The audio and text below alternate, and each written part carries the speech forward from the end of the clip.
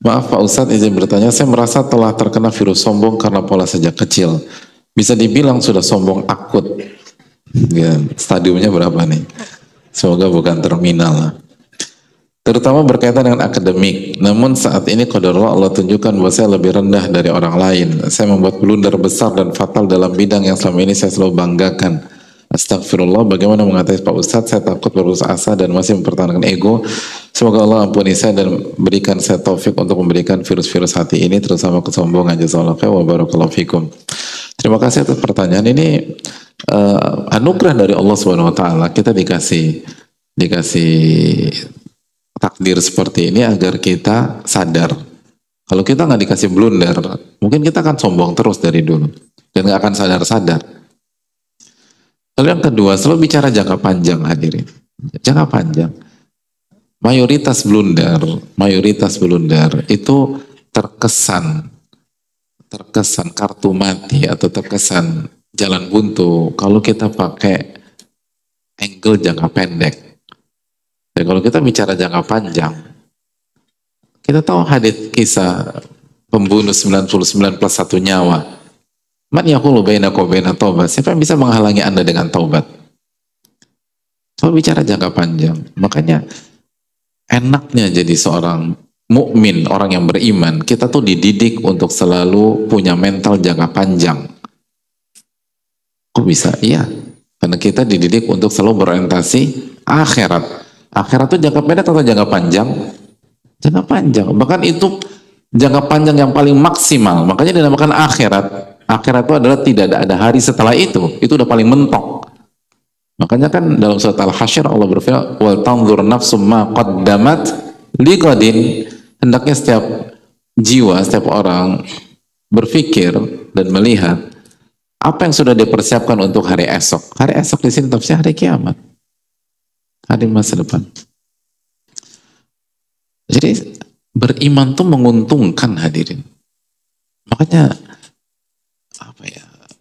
Kita tuh beruntung banget Allah kasih hidayah. Konsep iman tuh benar-benar buat kita plong.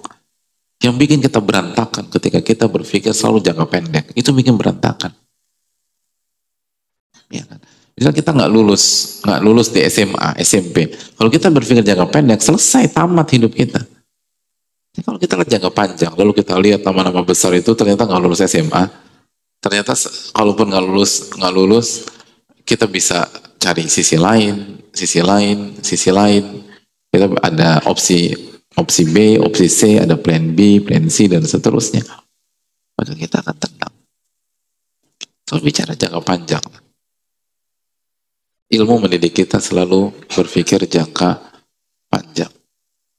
Hadirin, kalau berpikir jangka pendek, ketika Nabi SAW keluar dari kota Mekah, orang akan berpikir tamat riwayat beliau SAW. Tamat.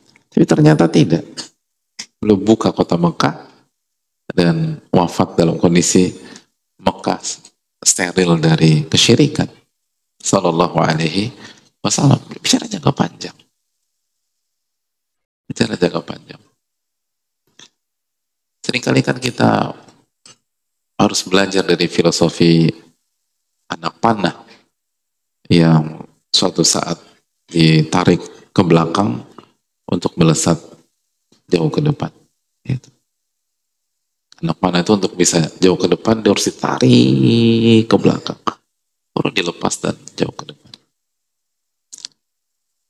Wallahu ta'ala bisa. Tapi syaitan gak mau kita baik. Syaitan gak mau kita berubah.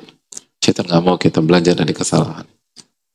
Dan itu tadi makanya terakhir bangun narasi kerendahan. Kita ini pendosa. Ya udah, ya berdosa, istighfar, tobat, bangkit lagi aja, itu poin. Kan membuat kita kayak terpuruk kan itu tadi narasi kesempurnaan yang jadi masalah. Kayaknya kita nggak boleh salah segala macam. Bagaimana manusia nggak boleh salah hadirin? Kalau Bani Adam khata. Saya ingin tanya, kalau kita pakai prinsip nggak boleh salah pada saat kita belajar bahasa ibu kita dulu, bahasa Indonesia, kira-kira bisa ngomong nggak sekarang? Enggak. Diam aja terus kita. Gitu. Kenapa? Takut salah. Gitu. Takut salah. Kalau kita pakai prinsip takut salah, kira-kira kita bisa jalan nggak? Nggak bisa. Mungkin pertama kali nyoba, jatuh, udah enggak. Mungkin aku udah ditakdirkan untuk merangkak, gitu mungkin. Kita takut salah, kita takut jatuh. Nah kok begitu dewasa kok kebalik pola pikirnya itu loh.